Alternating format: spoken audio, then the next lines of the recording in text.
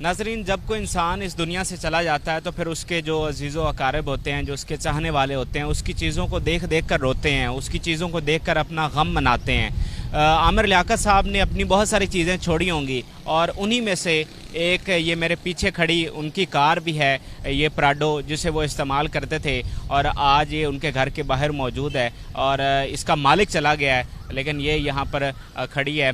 आमिर लियाकत साहब यही कार इस्तेमाल किया करते थे और इसके अलावा उनके पास एक वीगो डाला भी था, जो कि मुझे यहाँ पर बताया गया कि वो इस वक्त इस्लामाबाद में खड़ा है। लेकिन यहाँ पर जो कार वो इस्तेमाल करते थे वो ये प्राडो है और ये बुलेट प्रूफ है और इसी को वो इस्तेमाल करते थे। बुलेट प्रूफ उन्होंने इसलिए करवाई हुई थी कि सिक्योरिटी के जो ख़दशात हैं उस वजह से ये उनकी बुलेट प्रूफ थी। इस वक्त मैं उनके घर के बाहर ही मौजूद हूँ। ये मेरे पीछे आपको महमूदा सुल्ताना हाउस नज़र आ रहा होगा। ये आमिर साहब का जो है वो आबाई घर है। अच्छा, इस घर की अहमियत किस हवाले से है? इस घर की अहमियत इस हवाले से है कि आमिर साहब की जितनी भी फैमिली है उस सब के जनाजे यहाँ से उठे हैं।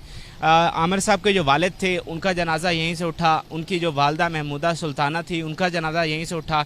फिर आमिर साहब के एक ही भाई थे, यानी ये दो भाई थे बस, और कोई बहन नहीं थी इनकी, सिर्फ दो भाई थे। इमरान साहब उनका नाम था। इमरान साहब का जो जनाजा है वो भी इसी घर से उठा और फिर आमिर साहब के जो डेथ हुई है उनका जो जनाजा है वो भी इसी घर से उठा है। तो इस घर से आमिर साहब को, आमिर लियाकत मरहूम साहब को बड़ी ख़ास मोहब्बत थी और वो मोहब्बत इस कदर थी कि वो इस घर को छोड़कर कभी नहीं गए।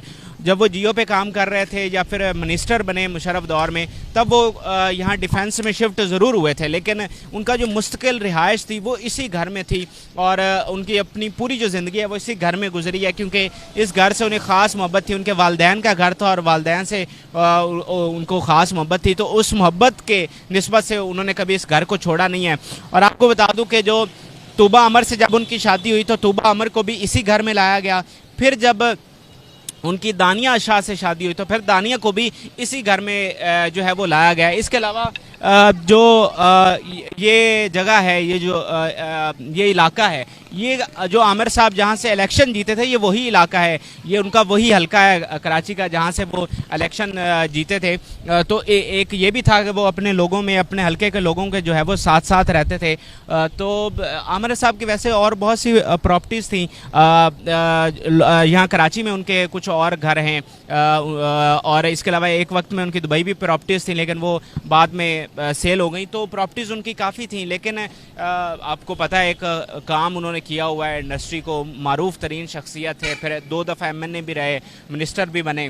तो प्रॉपर्टीज़ तो उनकी काफ़ी थी, लेकिन जो वाजे हैं उनमें यही घर है, ये उनकी गाड़ियाँ हैं और जाहिर बात है अब शायद ये उनके जो है वो बच्चों के उनको विरासत में जाएंगी। और इसके अलावा इमरान जो उनके भाई हैं उनके हवाले से बता दूं कि उनकी भी 2 शादियां थी। जो पहली शादी थी उनकी डाइवोर्स हो गई थी और उसमें से बच्चे थे, लेकिन जो दूसरी फिर उन्होंने दूसरी शादी की और जो उनकी दूसरी वाइफ है वो भी इसी घर में रहती है, लेकिन उससे उनकी कोई औलाद नहीं है। तो जो समझ लें कि शेख लियाकत हुसैन जो इनके वालिद थे, उनकी नस्ल की अगर हम बात करें तो उसमें से सिर्फ अब आमिर लियाकत हुसैन के जो बच्चे हैं वो इस नस्ल को आगे बढ़ाएंगे।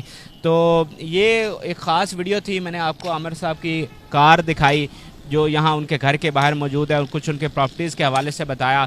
और यहाँ पर जितने भी लोग हैं बहुत ज़्यादा गमगीन हैं, बहुत ज़्यादा दुख। ये नीचे दुकानें हैं, कमर्शल है, इनसे मेरी जब बात हुई है, मीडिया पर तो नहीं आना चाहते, लेकिन जब इनसे बात हुई तो बहुत दुखी हैं और बताते हैं कि किस तरह आमिर लियाकत हुसैन उनसे मोहब्बत करते थे, कितना रिश्ता था उनका आपस में, कैसे मेल जोल रखते थे। एक बड़े आदमी थे लेकिन उसके बावजूद हम लोगों से कैसे वो मेल जोल रखते थे।